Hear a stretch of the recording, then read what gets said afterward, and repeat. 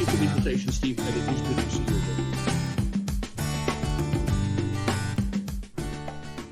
Hi everyone, Steve here from RSM, and welcome to our latest chapter of our Coffee Conversation series.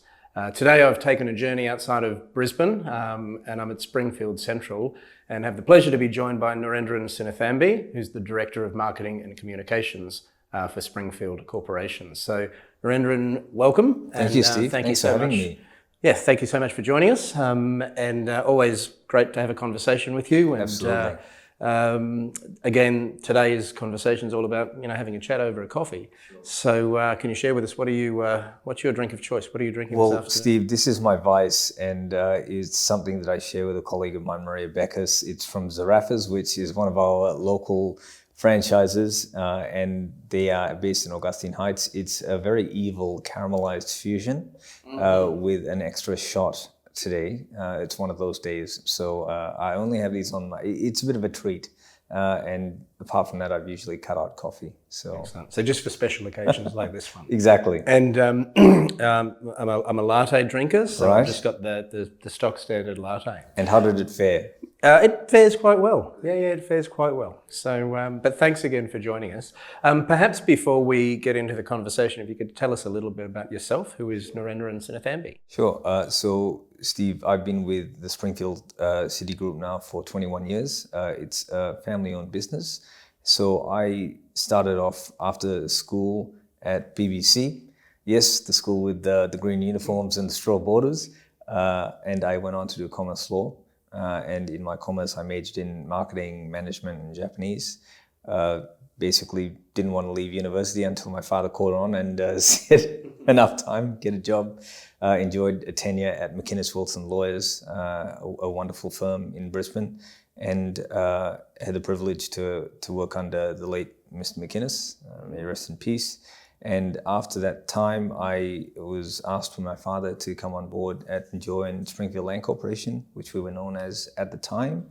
And that was in 2000. So at the time, Greater Springfield looked very, very different than it currently does.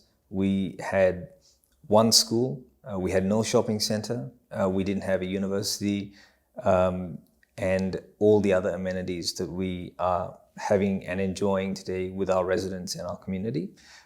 So I would like to say that I was blessed to be part on getting involved in some of those projects. And currently my role as marketing communications is working with our team to make sure that everyone really is aware of what Greater Springfield is and what it represents in terms of the wider Brisbane area. I find that even to this day, a lot of people still don't know where Springfield is, or their perception is Springfield Lakes. They've got a few houses out there, and that's about it. In reality, the message that we try and put out there is that Greater Springfield, and the reason we call it Greater Springfield, is a land holding of 3,000 hectares, which is 7,000 acres, is covering Springfield, Springfield Lakes, Springfield Central, where we are at the moment, Springfield Rise, which is across the road from us, Brookwater, which is home to obviously Queensland's #1 golf course, and that was designed by Greg Norman, and lastly Augustine Heights. So trying to show people that we actually have, for example, to rattle off a few statistics, we have 3 families moving here a day. We've spent $17 billion on the project. We have 11 schools. We're just about to undertake the construction of our 12th. We have 17 childcare centres, and we spend $10 million on the project every single week. And unless that stops growing, which it shows absolutely no signs of doing, we are very encouraged that that will continue to grow and grow. And we are very welcome. We're very happy to welcome also the new grounds for the Brisbane Lions, which will be the training and admin facility for the men's team, and it'll be the official women's playing stadium. So the stadium will be a 10,000 seat stadium, and we are very honoured that they'll be starting their games here next year. Yeah, that's wonderful. And when next year, Narendran? We're probably looking at the second half at this stage. And hoping for the first half, but we'd like to commit to the second half. It's a wonderful story. Could you tell us maybe a little bit about what are some of the highlights for you personally in that journey, and as you've seen the greater Springfield really come to life, because it really is an extraordinary journey. Yes, absolutely. Look, I was very proud to call Greater Springfield my home for a good 12 years, and I've bought about 3 different houses here at one time or another, and then fatherhood arrived, and I decided to move a little bit closer into the western suburbs, just so I could have that balance between work and personal life. But I was very disappointed to move out because I really enjoyed it, and it was at a time when there was elements like the Orion Lagoon, which has come into play, which for everyone who is a trivia buff, it's actually 3 inches larger than the South Bank lagoons, which is I think is important. But it was really a fantastic accomplishment for us. But I have to say, having Brookwater named as the #1 golf course in the area is something that we were extremely proud of. When I joined, it wasn't in a legal capacity. My father made me work as the marketing coordinator. We had a very small office in Commercial Drive in early Springfield, which was the first part of Springfield, closest to Camira, and made me put out the sprinklers every single day, made me do a lot of the more onerous tasks and start from the bottom. He always said to be a good employee, you need to learn how to be a good employee. So after that, I enjoyed a stint at Brookwater Sales, which was very, very interesting. And probably one of the most memorable moments was the fact that I was driving around in a buggy doing a site tour with a gentleman, and the gentleman, I said, so what do you do? And he was quite an abrupt gentleman. Obviously, he might have had a thing about being sold to or speaking to a salesperson. And so he said, I'm a garbo. And the first thing in my mind is, here I am, I've done law, I worked for a great firm, I've come in here. At that point in time, my father was paying me $34,000 and I was working 6 days a week, quite a difference from where I was working. And basically working on commission only, and he made me work for half the amount of commission that the other staff were getting. And so at that point, I just said, "What has my life become?" I think a bit of ego and being a young buck and thinking that I was entitled to more.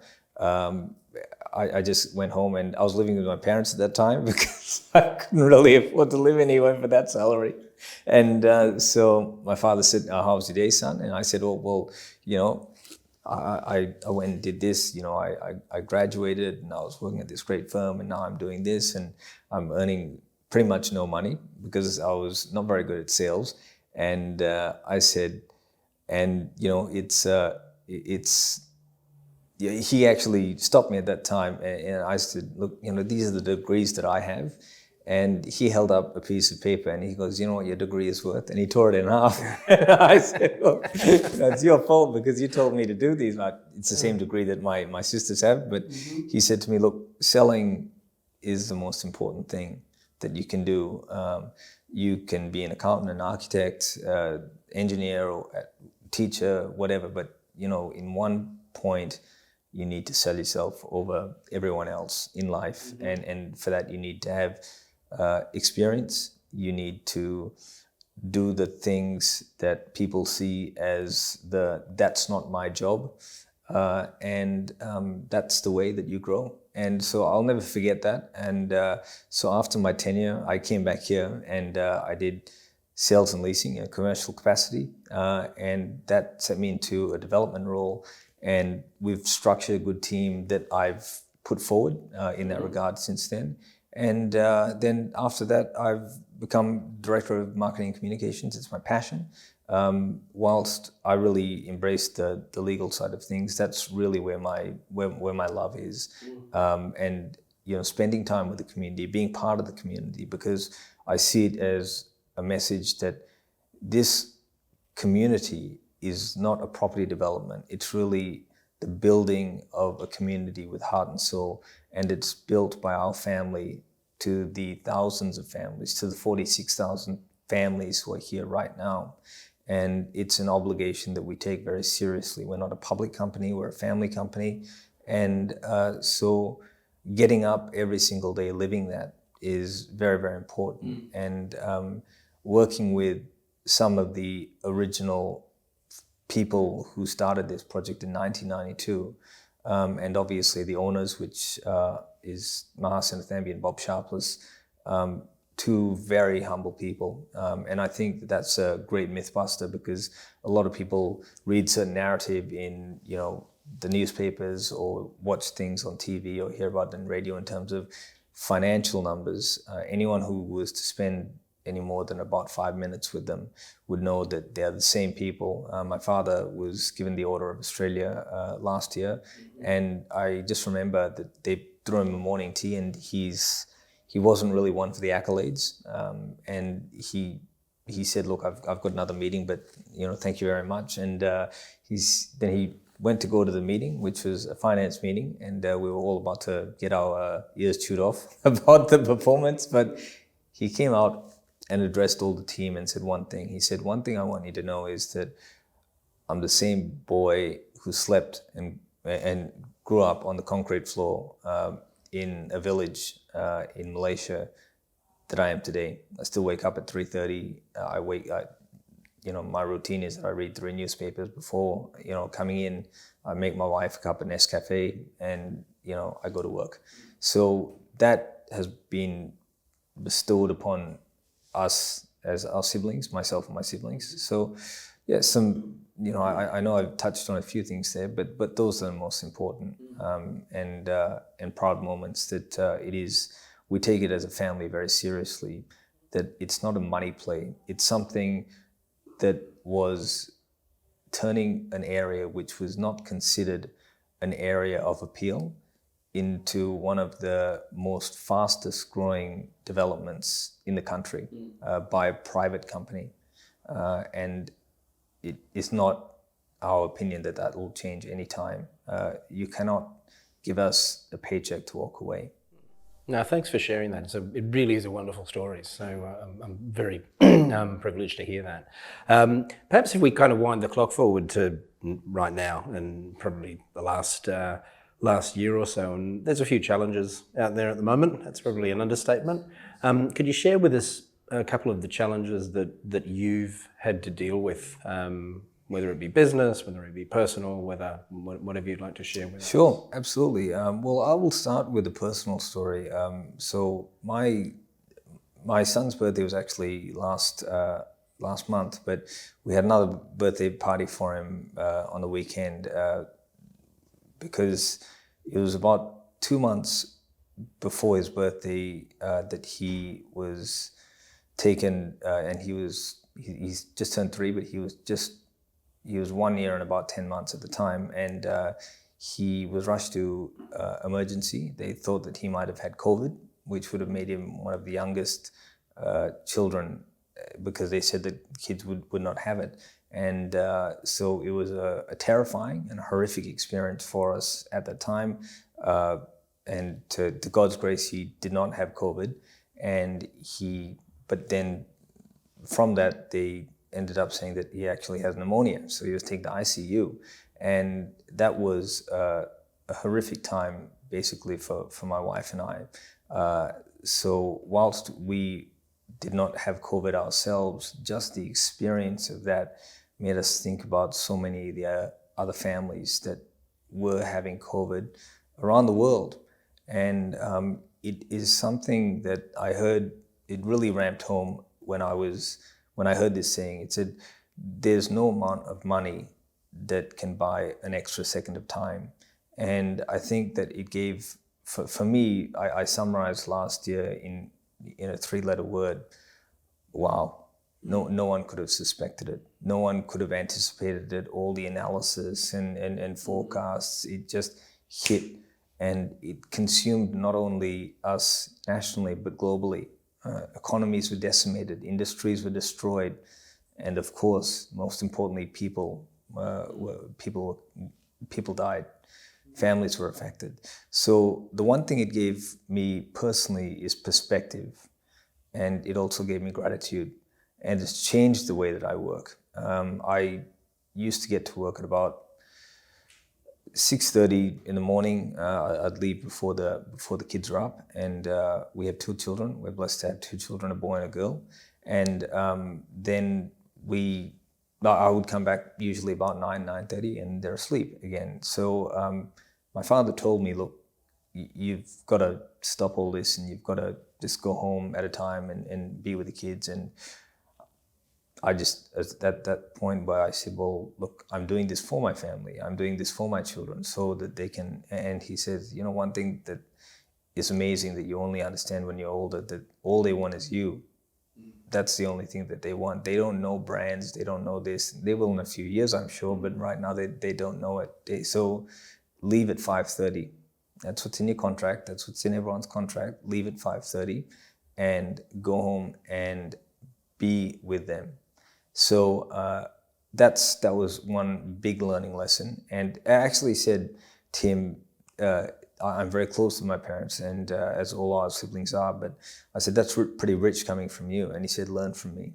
Because there was a time that when I was at about 38, he'd come back from a business trip. I was about 4 years old, sitting on the kitchen bench, and he said hello to me, and I didn't respond because my mother was looking after me. So he said, I've learned. Mm-hmm. And so there is 98% of the time you can do everything that you need to do within your work hours. If you don't, stop off to get too many of these, correct. And if you don't spend your time on social media platforms and water cooler talk, and if you just sit there and get the job done, maybe there's a couple of occasions where you go to networking functions and all the rest of it, but if you honestly reflect, write it down. And so I did start doing that, and it changed the way I work. Is I don't have as many meetings, I don't go to as many functions. I try and send my younger staff who can get a lot more. I've been to those functions for the first probably 10 years of my career, and now I can just get on with what I need to focus on and leave at 5:30 on the dot. I'm not there yet. I leave at about 5:40, but you're getting close. Yeah, and that's a good thing. So, but I think the world needs to look, reflect a lot more, and show empathy a lot more. I think technology is going to become embedded in our lives. It's without saying.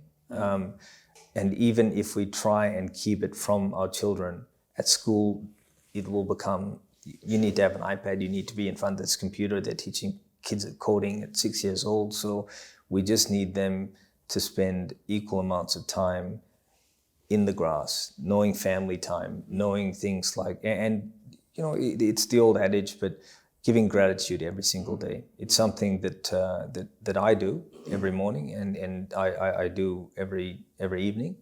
And for me, I'm a person of faith, so meditation is something that I do every single day, and appreciating the simplicity of life. No, Narendran, thank you so much for that. I think so. I was going to follow it up with with a question about what opportunities. I don't think I need to, because you've answered the question about the challenges in such a positive way that it's really important, I think, to reflect on the fact that the current time is throwing up enormous challenges, but humanity has a way, I think, of actually grabbing hold of those and then turning them around into a positive. So the fact that you've been able to do that, and you've been through what was a very challenging personal situation, but to reflect on yourself with your father's advice as well, and others to embrace a better way of doing things, and to experiencing business and life. So thank you so much for that. No problem. That probably, I know you're a busy man, and really do appreciate the time that you've taken. No, I'm grateful for your time, Steve. It's really good to catch up. And I will just finish by saying one thing. People think that you need to go out of your way a lot, or give a check, or do onerous things for people to make sure that they're okay. When I went to get this coffee today, the young lady knows what I want so well. She says, when I was at the speaker there, she goes, Naren, would you just like a usual? No, da, da, da, da. And so I went around and I paid, and I said, you know, I just want to thank you. You know, how long have you been here? I've been here 1 year. I was at the Gold Coast branch previously. I said, you do a fantastic job, and your whole team do an amazing job. And, you know, Zarafas is lucky to have you. And she just said, oh, that's such a lovely thing to say. And our words, prompted with authenticity, they really call me an idealist, but I think they can change the world. Yeah. So we need to try and practice that a lot more. And if I could leave with one last piece of advice for, you know, people young and old, chase your happiness. Chase your happiness with full vigor and find out every single day. I even tell my godchildren and my nieces and nephews, how much time do you spend on Netflix or Xbox or whatever these kids are doing these days? And I said, if you're spending 2 hours watching TV or doing something leisurely, can you spend half an hour to find out something that you enjoy or that you want to do for the rest of your life? And that's the most important thing, because mental wellness or mental well-being and all these things, I believe, and depression and suicide, unfortunately, is because we are trying to please people who would not give 2 seconds of their time to us. We need to please ourselves, and only when we are healed can we help heal those around us. So good to hear. Thank you again. Thanks, Steve. Really appreciate it. Thank you, everyone, for joining us again. Some great perspectives from Narendran today. I'm sure everyone would agree, and I'm sure if you did hear any little gem there that you'd like to know a little bit more about, you know, please do get in touch. So thank you again for joining us, and I look forward to the next conversation and sharing that with you. Thank you, and have a great day.